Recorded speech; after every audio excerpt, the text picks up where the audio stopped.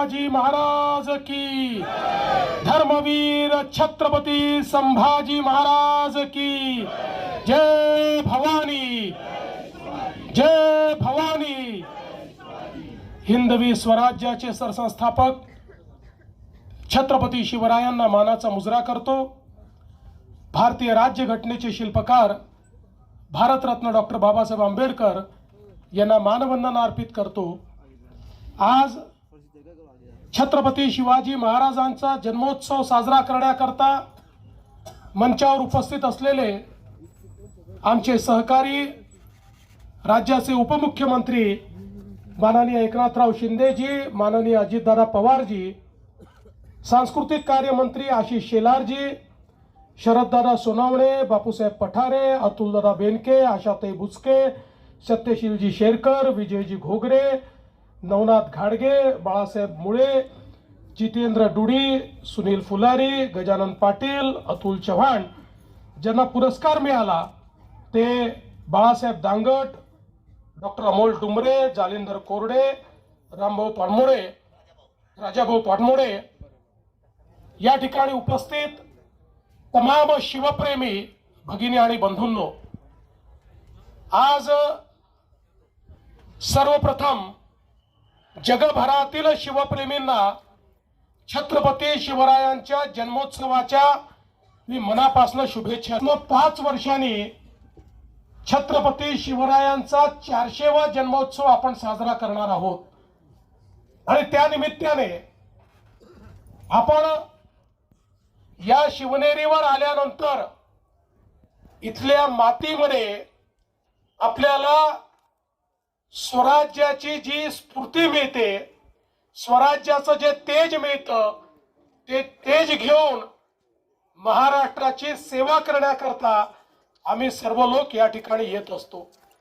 आपल्याला कल्पना आहे की ज्या काळामध्ये संपूर्ण भारतामध्ये अनेक राजे राजवाडे हे मुघलांचं मंडलिकत्व स्वीकारून त्या ठिकाणी नतमस्तक होते, अशा काळामध्ये आई जिजाऊंनी छत्रपती शिवरायांना घडवलं आणि सांगितलं या मराठी मुलकामध्ये, या हिंदुस्थानामध्ये ज्या प्रकारे अनाचार, दुराचार आणि अत्याचार चाललेला आहे, या मुलखाला त्यातनं स्वराज्याकडे नेण्याची जबाबदारी शिवबा तुझी आहे। आणि छत्रपती शिवरायांनी हातामध्ये तलवार घेतली, 18 पगड जातीच्या लोकांना एकत्रित केलं, मावळ्यांची फौज तयार केली आणि देव, देश आणि धर्माची लढाई सुरू केली आणि खऱ्या अर्थानं स्वराज्य स्थापन करून पहिल्यांदा भारताचा आत्माभिमान जागृत करण्याचं काम जर कोणी केलं असेल तर ते छत्रपती शिवाजी महाराजांनी केलं।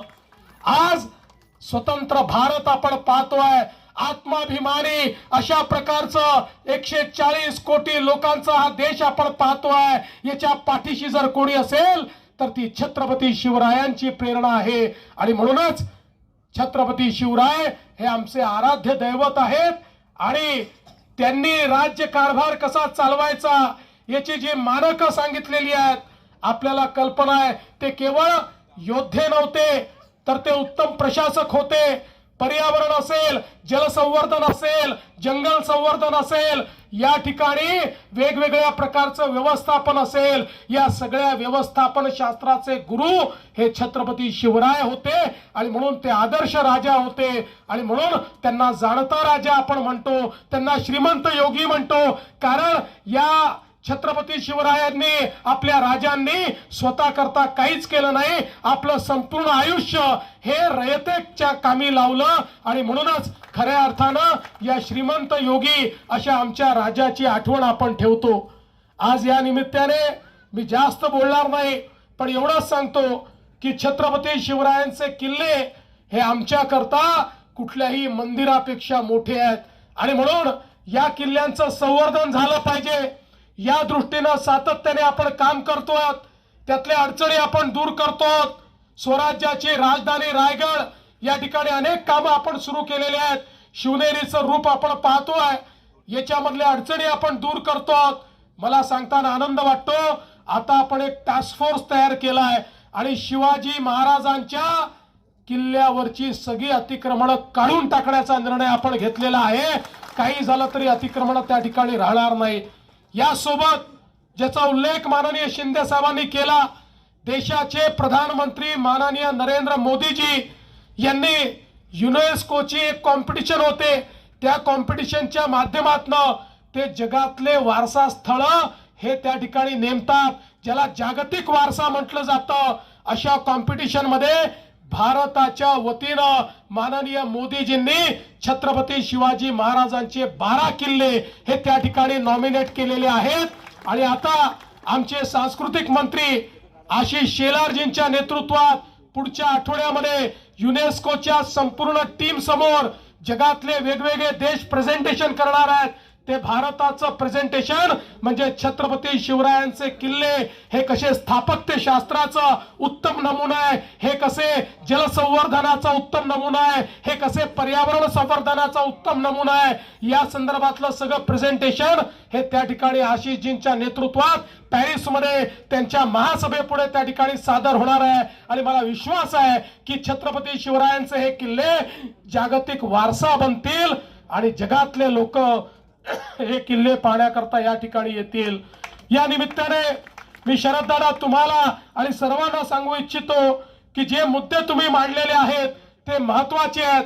दाऱ्या घाटापासून तर या शिवनेरी परिसराच्या विकासापर्यंत ही सर्व ज्या आपण मागण्या केलेल्या आहेत, आम्ही तिघही या ठिकाणी आहोत।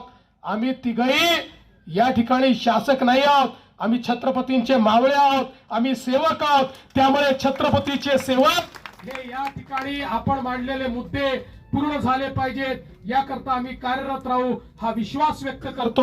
पुन्हा एकदा चारही पुरस्कर्त्यांचं मनापासून स्वागत करतो, अभिनंदन करतो आणि संपूर्ण जगातील शिवप्रेमींना छत्रपती शिवरायांच्या जयंतीच्या शुभेच्छा देऊन माझं बोलणं संपवतो। धन्यवाद। जय हिंद, जय शिवराय।